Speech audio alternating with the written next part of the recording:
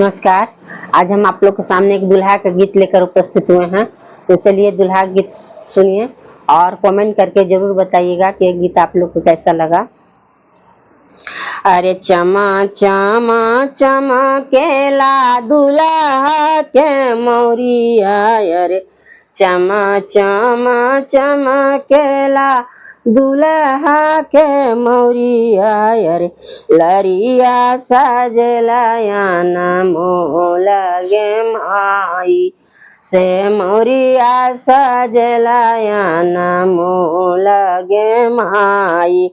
अरे पहिनी ओढ़ी दुल्हा खड़ा भैल आंगना से, आखिया झरा झर लोर गे माई से, आखिया झरा झर लोर गे माई।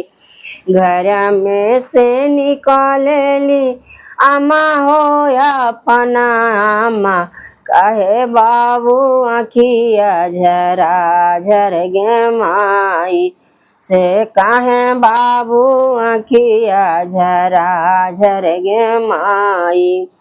लरिया उठाई दुल्हा बोलन कु बोलिया से, के जइहे हमारो बरात गे माई से, के जइहे हमारो बरात गे माई।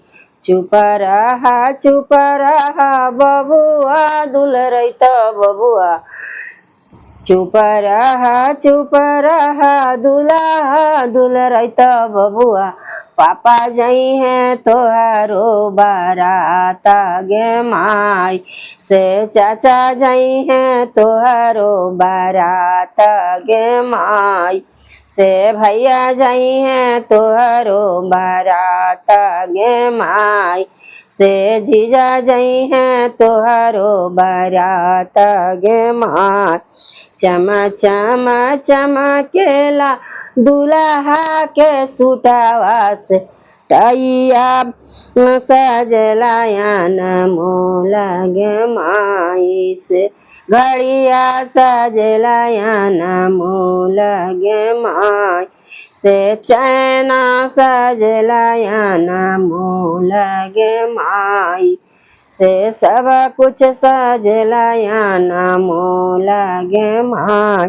पहिरी ओढ़िए दुल्हा खड़ा भैल आंगन से, आखिया झरा झरी लोर गे माई से, आखिया झरा झरी लोर गे माई।